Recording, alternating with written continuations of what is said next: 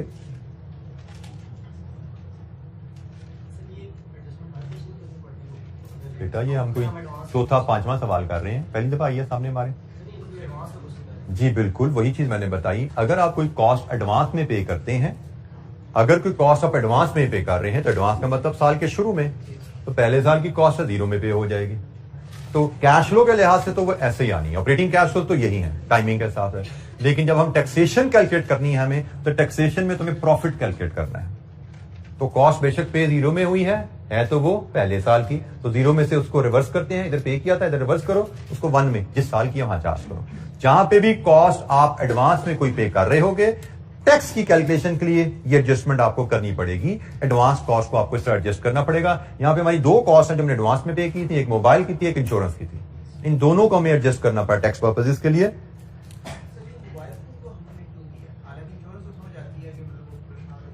बेटा उसने बताया हुआ है कि mobile to be charge in the year of purchase, जिस साल खरीदोगे उस साल के एक्सपेंस में चार्ज कर देना। तो आपने पहले साल के शुरू में खरीदा ना, तो पहले साल के एक्सपेंस में उसको आपने चार्ज कर देना। जी, एनी अदर क्वेश्चन? अच्छा जी, टैक्स डेप्रिसिएशन। टैक्स डेप्रिसिएशन की स्टैंडर्ड वर्किंग है हमने जो सीखी हुई है। 2 कॉलम, एक टैक्स डेप्रिसिएशन और एक year of depreciation. Depreciation policy है रिड्यूसिंग बैलेंस, और रिड्यूसिंग बैलेंस डेप्रिसिएशन हम रुपीज इन 1000 में ही कैलकुलेट करेंगे, और ये कैलकुलेट की जाती है इनिशियल इन्वेस्टमेंट पे, कॉस्ट पे, विच इज 2035, 25% है जी। तो पहली डेप्रिसिएशन 509, ये 1 2 3 4 में बैलेंसिंग डेप्रिसिएशन आती है, और टोटल डेप्रिसिएशन जो हमारी यहां पे होती है इट इज 2035 माइनस 750। कितनी है टोटल डेप्रिसिएशन? 1285। लीजिए जी, अब हम टेबल कंप्लीट करते हैं। नेक्स्ट डेप्रिसिएशन 509 का 75%, 382 का 75%, 286। Now is the balancing depreciation 1285 total है, जो 4 साल में हम चार्ज कर सकते हैं। 3 सालों में जो चार्ज कर दी माइनस कर दीजिए 108। लीजिए जी, ये हमारे 4 साल की डेप्रिसिएशन आ गई। एक डेप्रिसिएशन शेड्यूल हमने कल के क्वेश्चन में बनाया था, जिसमें रेजिडुअल वैल्यू गिवन नहीं थी। बेसिकली 3 तरह की डेप्रिसिएशन हमें आ जाती हैं। एक वो कहता है स्ट्रेट लाइन डेप्रिसिएशन, तो वो तो cost minus residual value divide with life, simple काम। दूसरा वो कहता है रेजिडुअल वैल्यू दे के रिड्यूसिंग बैलेंस डेप्रिसिएशन, वो ये शेड्यूल बन गया। तीसरा शेड्यूल हमने कल देखा था जहां पे वो रेजिडुअल वैल्यू नहीं देता, वो कहते जी रेजिडुअल वैल्यू कैरिंग वैल्यू के बराबर होगी। तीसरा वो शेड्यूल था। तो 3 तरह के डेप्रिसिएशन की वर्किंग आपको आ सकती है। हम डिफरेंट क्वेश्चन में इन तीनों से डील कर चुके हैं। आगे मजीद क्वेश्चन करेंगे, कोई ना कोई रिवीजन भी इनकी होती रहेगी। हमने इलस्ट्रेशन में स्ट्रेट लाइन डेप्रिसिएशन से डील करना सीखा हुआ है। हमने इससे पहले भी इस तरह के शेड्यूल कितनी इलस्ट्रेशन में सवालों में देखे हुए हैं। कैरिंग वैल्यू वाला शेड्यूल शायद हमने पहला बनाया था, किससे पहले भी किया हुआ? पहले भी किया हुआ, पहले वो भी पहले किया हुआ, बिल्कुल। कैरिंग वैल्यू के वाला शेड्यूल भी हमने पहले भी किया हुआ था, कल भी हमने किया। तो रिपीटेड एक्सरसाइजेस हम कर रहे हैं, बट सिर्फ समराइज करने के लिए मैंने आपको बताया, आपको 3 तरह से डेप्रिसिएशन की कैलकुलेशन हमें आती है, जिसपे हम रिपीटेड एक्टिविटीज हम कर चुके हैं। हर टाइप ऑफ डेप्रिसिएशन की कैलकुलेशन की हम 1 से ज्यादा दफा एक्टिविटीज कर चुके हैं। जी एनी क्वेश्चन, कोई सवाल? सॉरी जी, registration cost it's a capital cost, it's a capital cost. Directly attributable कहें या ना कहें, लेकिन it's a capital cost. Accounting में हमने पढ़ा हुआ है कि आप जो एक एसेट खरीदते हो, उसको एसेट को यूजेबल बनाने तक जो उस पर खर्चे होते हैं, वो आपकी उसकी कॉस्ट के हिस्से होते हैं।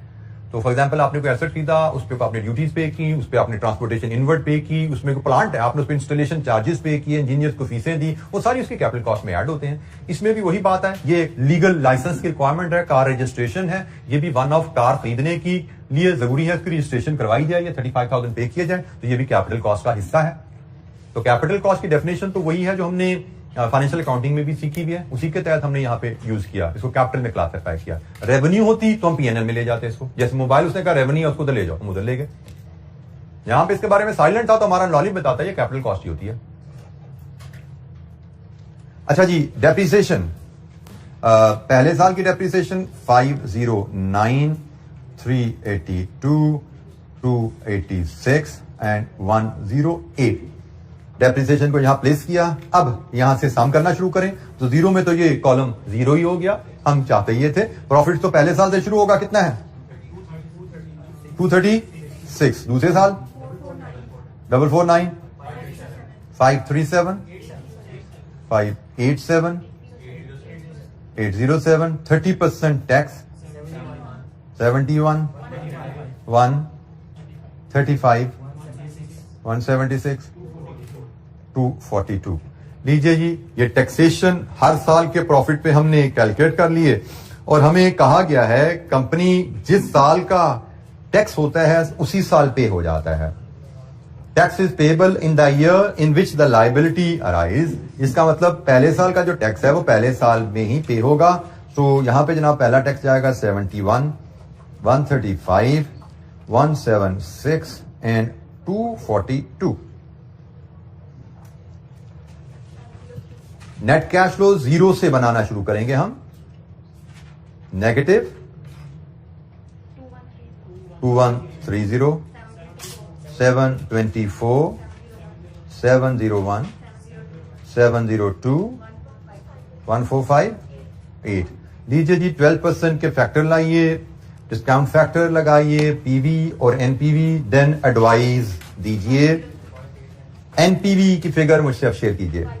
503 पॉजिटिव है, तो एडवाइस हमारी यहां पे बनती है, proposal should be accepted, accept the proposal. यही हमसे पूछा गया था कि क्या प्रपोजल एक्सेप्ट करना है, तो हम कह रहे हैं yes, proposal should be accepted, क्योंकि पॉजिटिव एनपीवी है।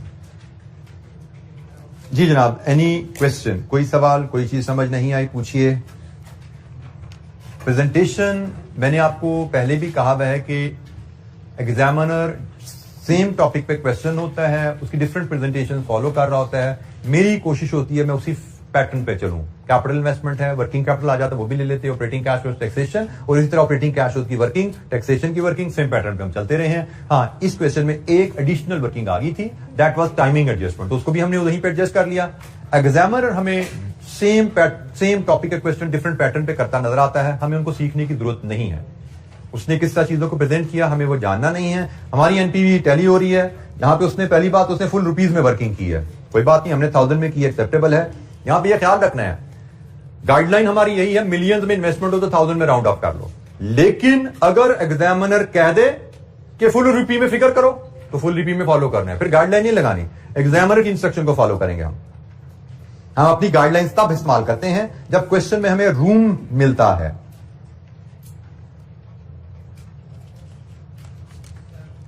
जी बेटा, जी बेटा, कहां से ये वर्किंग, इसको ना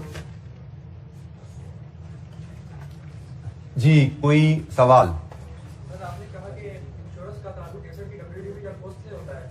डब्ल्यूडीवी भी तो कॉस्ट पे बेस होती है ना। तो आने वाले क्वेश्चनों में वो लिंक करवा सकते हैं कि insurance based on WDV of asset का 5% या कर भी सकता है। डब्ल्यूडीवी हम कैलकुलेट कर ही रहे हैं, हर साल की डब्ल्यूडीवी तो हम निकालते ही हैं, डेप्रिसिएशन शेड्यूल में निकाल ही सकते हैं, नहीं भी निकाल तो सकते हैं ना।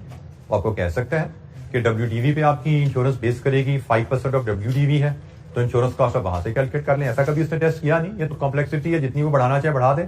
लेकिन मैं फिर वही कहता हूं कि अगर आप सवाल ध्यान से पढ़ रहे हो तो डब्ल्यूडीवी कैलकुलेट हम करते हैं डेप्रिसिएशन शेड्यूल में, या कर सकते हैं आसानी से। कॉस्ट माइनस डेप्रिसिएशन यही होते हैं ना डब्ल्यूडीवी। तो डब्ल्यूडीवी हम हर साल की कैलकुलेट कर सकते हैं, तो उस पर परसेंटेज लगा के इंश्योरेंस भी निकाल सकते हैं। एक एडिशनल वर्किंग हमारी ऐड हो जाएगी इंश्योरेंस एक्सपेंस की कैलकुलेशन की भी, कोई इशू नहीं है, डुएबल होती है चीजें। तो मैं जो बात आपको मैं कहता हूं, क्वेश्चन में कोई नई चीज आ जाए इसका मतलब ये नहीं कि ये इम्पॉसिबल है। नई चीज का मतलब एक लम्हा सोचो, 10-15 सेकंड लगेंगे आपको सोचने में, you will come up with the solution. करना क्या है, क्योंकि डाटा क्वेश्चन में गिवन होता है, उसी डाटा को यूज करके आपने फिगर्स वर्कआउट करनी होती हैं, तो सिर्फ आपने एक लम्हा सोचना होता है। जी जनाब, एनी क्वेश्चन, कोई सवाल?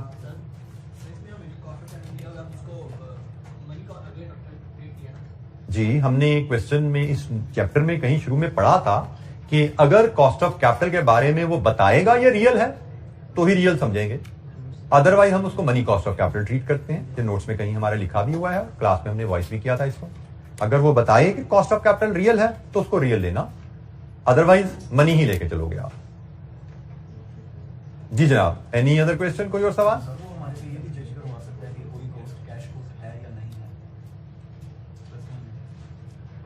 नॉर्मली हमें यह पता होना चाहिए, डीसीएफ मेथड में हम कैश कॉस्ट लेते हैं, हम सिर्फ कैश कॉस्ट को डीसीएफ मेथड में कंसीडर करते हैं।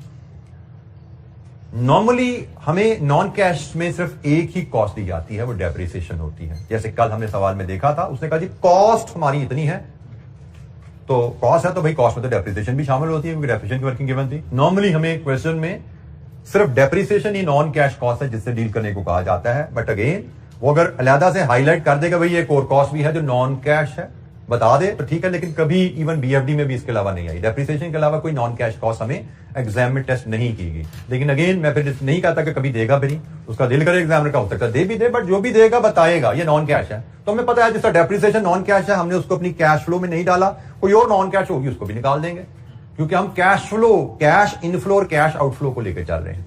नॉन कैश कॉस्ट हम अपनी वर्किंग में नहीं लाते। नॉर्मली डेप्रिसिएशन ही नॉन कैश कॉस्ट होती है। जी कोई और सवाल? अच्छा जी, अगला क्वेश्चन में शुरू करना है, लेकिन हमारे पास टाइम इतना नहीं है कि हम अगले क्वेश्चन पे जा सके। तो हम अभी हमारे पास टाइम है, हम उसको इसी तरह यूज कर सकते हैं कि अगर पीछे से आपके जहन में कोई क्वेरी है, किसी टॉपिक के ऊपर कोई आपको सपोर्ट चाहिए, आप उसके बारे में क्वेश्चन करना चाहते हैं, तो हमारे पास अभी 8-10 मिनट है, हम उसको यूटिलाइज कर सकते हैं। कोई क्वेश्चन? जी बेटा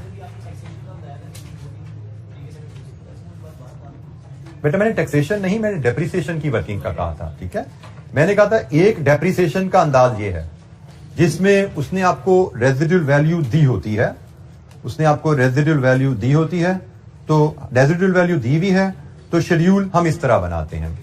दूसरा, हमने कल एक शेड्यूल देखा था जिसमें हमें रेजिडुअल वैल्यू गिवन नहीं थी, उसने हमें कहा था कि रेजिडुअल वैल्यू कैरिंग वैल्यू के बराबर है। तो हमने यहां पे क्या सीखा था? हमने सीखा था, लाइक मैं यहां पे अगर ये डेप्रिसिएशन शेड्यूल हम बना ही लें, हमारी कॉस्ट कितनी थी इधर? हमारी कॉस्ट यहां पे 450 मिलियन, तो 450 मिलियन हमारी कॉस्ट है और डेप्रिसिएशन थी 25%। तो जनाब पहली डेप्रिसिएशन 25% के हिसाब से 112.50, दूसरी डेप्रिसिएशन 112.50 का 75%,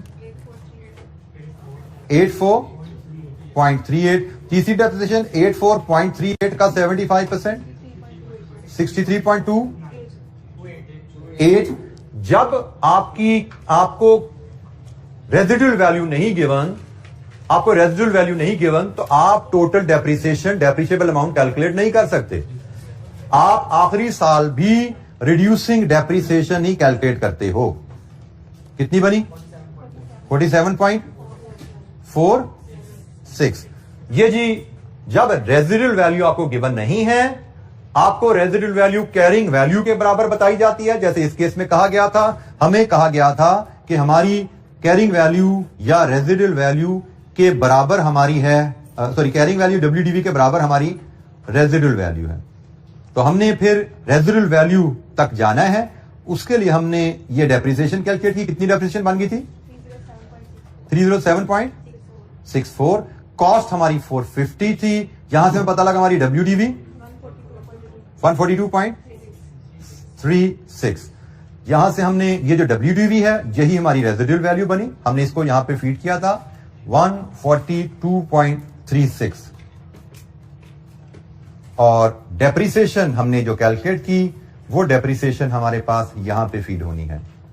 ये डेप्रिसिएशन है जी, यहां पे फीड होगी डेप्रिसिएशन की वैल्यू, ये वैल्यूज।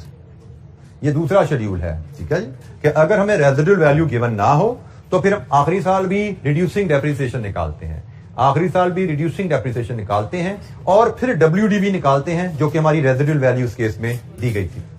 और तीसरा केस स्ट्रेट लाइन का, वो तो स्ट्रेट फॉरवर्ड केस होता है, उसमें तो कोई दिक्कत नहीं है जी।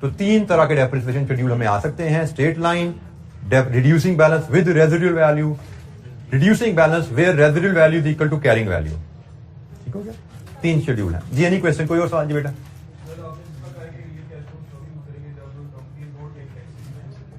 जब कंपनी टैक्सेस भी नहीं देती और इन्फ्लेशन रेट भी एक हो।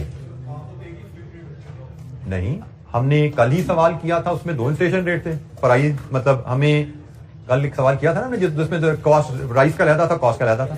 एक से ज्यादा इन्फ्लेशन रेट भी हो सकते हैं। टैक्सेशन पे नहीं करती लेकिन इन्फ्लेशन रेट से ज्यादा है तो भी मनी कैश में जाएंगे। इन्फ्लेशन रेट एक है, टैक्सेशन पे करती है तो भी मनी कैश में जाएंगे। लेकिन टैक्सेशन भी पे नहीं हो रही और इन्फ्लेशन रेट भी एक है, सिर्फ एक ही सूरत है रियल कैश में जाने की जी। Any other question?